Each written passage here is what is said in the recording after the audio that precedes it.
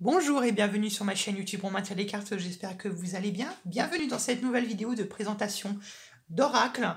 On continue un petit peu, j'ai envie de dire, les cadeaux de Noël, parce que le Papa Noël, il m'a beaucoup gâté. Aujourd'hui, je vous présente, j'ai envie de dire, bon, je vous le présente, mais est-ce qu'on le représente? Est-ce qu'on le présente? Pas tellement, parce que c'est quand même un tarot qui est quand même assez connu, qui est le donc je vais vous présenter celui-là, qui est le Rider-Waite-Smith Tarot, donc de Madame Pamela Coleman Smith, qui est tout simplement le tarot de Marseille, mais illustré. Si je dis pas de bêtises, il me semble que c'est le premier tarot de Marseille illustré qui est connu et archi connu, qui est traduit dans les je ne sais combien de langues. Voilà, grosso modo. Donc voilà, donc je vais vous le présenter. Donc c'est un tarot comme pour le tarot des anges que je vous ai présenté précédemment, que j'ai eu en canalisation, voilà, dont j'en ai rêvé, j'ai vu les cartes, je l'ai tout de suite reconnu, je me suis dit, bon, visiblement, il faut que je me le procure. Donc je me le suis procuré pour Noël, je me le suis fait offrir, donc je vais pouvoir vous le présenter. Donc il se présente tout simplement dans une boîte cartonnée bien... Voilà, une boîte cartonnée. Alors je vous avoue, j'ai regardé les cartes, juste les cartes, l'illustration, mais j'ai pas fait de tirage avec, vous inquiétez pas. Et puis bien évidemment, à la fin, on lui choisira un petit nom, avec un petit prénom, avec le livre Choisir son prénom, choisir son destin. Voilà. Alors, je vous le présente.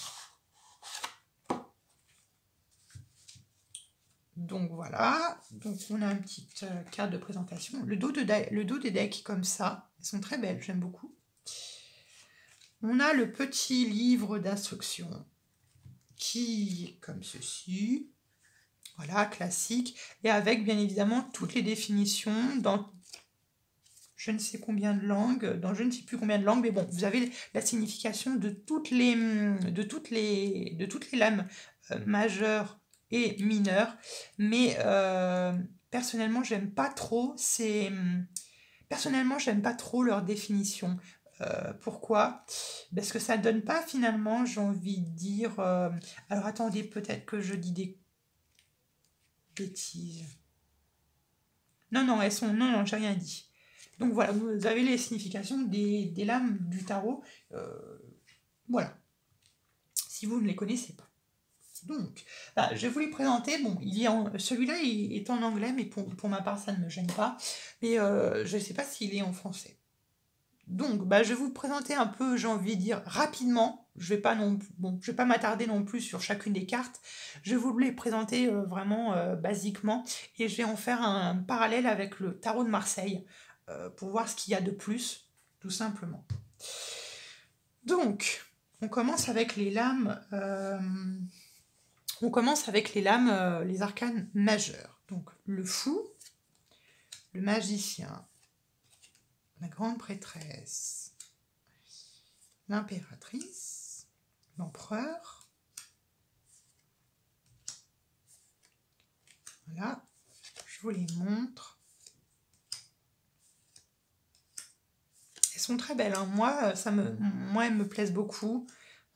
J'accroche beaucoup, hein. Après c'est spécial, hein. Mais si vous voilà, donc vraiment par rapport au tarot de Marseille, c'est qu'elles sont vraiment illustrées au lieu d'avoir un simple denier ou les simples épées ou les simples coupes. Là vous avez clairement, j'ai envie de dire, une illustration de la vie, une scène de vie finalement que vous avez qui peut aider à l'interprétation, qui aide beaucoup, pardon, à l'interprétation des lames. Donc je recommande ce tarot très fortement pour les personnes qui débutent. Et qui, pour le tarot de Marseille, trouvent que c'est un peu trop vieux, ancien, rustique. Tempérance. Le diable. La tour. L'étoile. Donc franchement, moi j'aime beaucoup. Le jugement, le monde. Magnifique. On commence avec les coupes. Donc voilà, mais on reste quand même dans des illustrations qui sont relativement simples, hein. Voilà, mais c'est beaucoup plus illustré que le tarot de Marseille. Donc c'est un peu plus facile. Ok.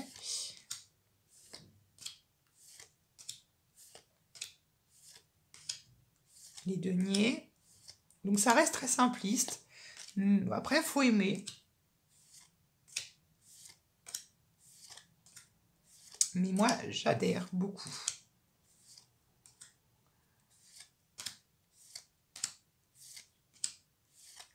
Et puis après, bien évidemment, on fera un petit tirage, où on va l'interviewer. 8 épées.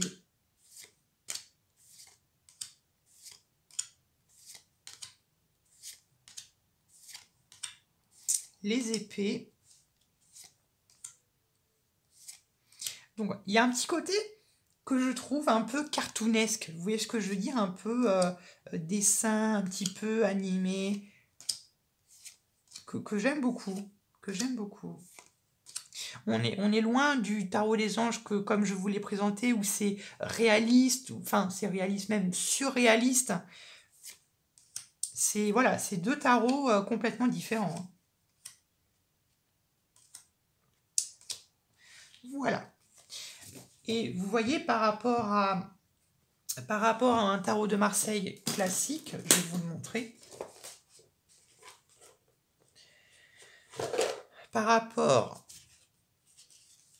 Vous voyez, par rapport au tarot de Marseille classique, vous voyez, on n'a que des coupes, que des bâtons, et c'est tout, quoi. On n'a que ça.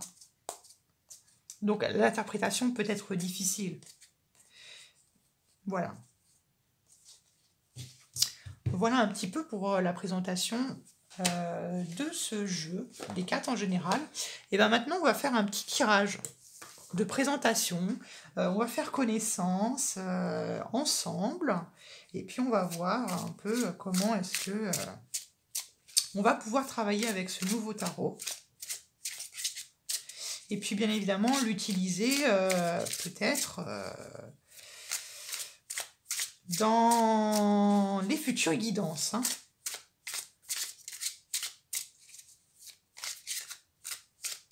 Donc, je vais bien mélanger parce qu'il est neuf. Hein. Parce qu'il est neuf et parce que du coup, bah, les lames ne sont pas très bien... Enfin, ne sont pas du tout mélangées. Voilà. Hop. Il commence un petit peu à parler, le petit coquidou, et puis à la fin, on lui choisira un petit nom, ok? Bon, on va pouvoir commencer. Je vais tirer du coup 7 cartes. La première carte va symboliser finalement ce qui peut m'apprendre. Qu'est-ce que ce tarot peut m'apprendre? Dans ma pratique, j'ai envie de dire, dans ma pratique du tarot, voilà, dans ma vie quotidienne, etc. Alors, qu'est-ce qui peut... On est parti. Alors, ce qui peut m'apprendre. Comment est-ce qu'il peut se décrire? Comment est-ce qu'il me décrit? Ses forces. Ses faiblesses. Alors, je me suis trompée, j'en ai oublié une. Donc là, ses forces, ses faiblesses. J'ai oublié de tirer comment est-ce qu'on peut travailler ensemble. Et pour finir, notre potentiel, à nous deux. Hop, je regarde ici, je place bien les petites cartes et on est parti pour la petite guidance. Hop là, on est parti. Alors, ce qui peut m'apprendre. Waouh, la 8 d'épée. Ce qui peut m'apprendre, sortir de l'illusion. Sortir d'une illusion, sortir d'un emprisonnement mental. C'est un tarot, je pense, qui est très instinctif, ou du moins, ça va être très mental. Ok? Et je pense que ce qui peut m'apprendre, c'est de me détacher de certaines peurs que je pourrais avoir. Ok? Donc ça peut être voilà, de surmonter des peurs, de surmonter des phobies, de surmonter des obstacles également, de surmonter des épreuves de vie que l'on peut, voilà, qu'on peut tous rencontrer. Comment est-ce qu'il se décrit? Oh, bah 5 des coupes. il se décrit comme étant quelqu'un quand même de très nostalgique. J'entends quelqu'un de très nostalgique, de très seul, de solitude, de lassitude. Il se décrit un peu comme étant la personne déçue, à qui on l'a trahi, qui se retrouve totalement isolée, quoi. Ou qui se retrouve un peu, j'ai envie de dire, en conflit avec tout le monde également. Ok? Comment est-ce qu'il me décrit? Waouh! La reine de coupe! Il me décrit comme étant... il me décrit quelqu'un comme... 1, 2, 3. Il me décrit comme étant quelqu'un quand même de très émotif, voilà, très émotif, quelqu'un voilà, qui a beaucoup de compassion, qui maîtrise ses émotions, qui sait les gérer, qui sait vraiment mettre un terme, qui ne se laisse pas envahir par ses émotions. Voilà, quelqu'un comme... J'ai l'image ici de la mère poule. Il me voit un peu comme une mère poule. Mais attention, mon petit gars, je suis pas ta mère. Mais peut-être que c'est ça. Peut-être que est-ce que ce tarot chercherait quelqu'un? Est-ce que finalement ce tarot ne chercherait pas un compagnon? Est-ce qu'il ne chercherait pas un meilleur ami? Ou tout simplement un ami? Est-ce qu'il ne chercherait pas des amis avec qui bien s'entendre? C'est une théorie. Peut-être. Bon, voilà. La prochaine carte, ça va être comment est-ce qu'on peut travailler ensemble, lui et moi. Voilà. 8 d'épée, 7 d'épée. Ce que l'on peut travailler ensemble, c'est de sortir. Même si on a été déçus, nous deux, je parle, même si on a été déçus de certaines, voilà, de certaines épreuves que l'on a pu avoir, il va nous aider à nous détacher de ça, de quitter peut-être certains, comment dire, de prendre la fuite, de s'enfuir un peu comme un petit voleur, la furtivité, de se détacher ensemble de situations qui pouvaient voilà, nous embêter. Vous voyez ce que je veux dire ici, avec cette 7 d'épée. Ici, ça va être finalement ces forces. Waouh! Le page d'épée. Ses forces, c'est la communication. La communication, la combativité, quelqu'un de très vif. Pas... Ouais, je le verrais comme ça, comme quelqu'un qui communique beaucoup, et qui communique beaucoup par la pensée. Et vous voyez, il y a beaucoup d'épées, donc vraiment, comme s'il y avait un lien entre lui et moi, un lien télépathique presque. Un lien télépathique, un lien que l'on a d'invisible. Vous voyez, on est connecté, je pense. Voilà, je vois comme ça, une connexion un peu inconsciente. Ok? Ici, ça va représenter finalement ses faiblesses.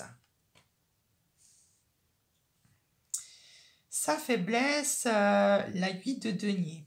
La 8 de denier, elle travaille sur le long terme. Ça va pas être ses faiblesses, c'est le temps, j'ai envie de dire. Le temps, la dureté. Donc, c'est pas un tarot qui va me permettre ou nous permettre de voir loin dans l'avenir. Ça va pas être...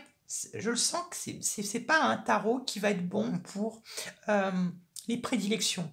Tout ce qui est prédilection, prédire des événements, tout ça, il va pas être très bon là-dessus.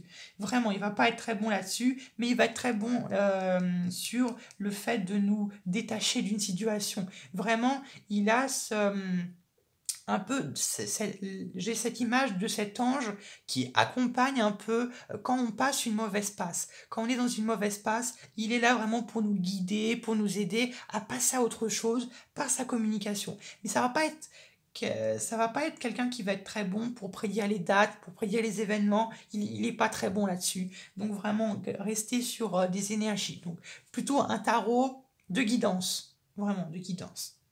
Finalement, notre possibilité, notre potentiel à nous deux.